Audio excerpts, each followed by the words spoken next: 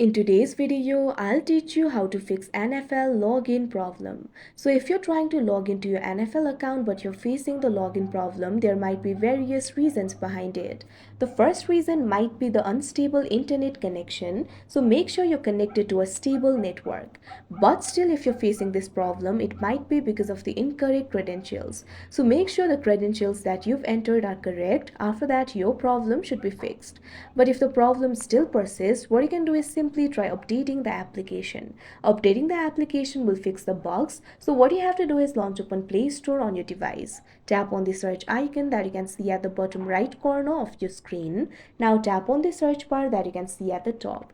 Now what you have to do is search for NFL. You'll be able to see the results over here. Find the application for NFL and tap on it. Now you'll be led to this kind of interface. In this interface, if you find the option for update, tap on it. Wait for a while and your application will be updated. After that, the login problem should be fixed. But if the problem still persists, what you can do is simply try clearing the cache of the application.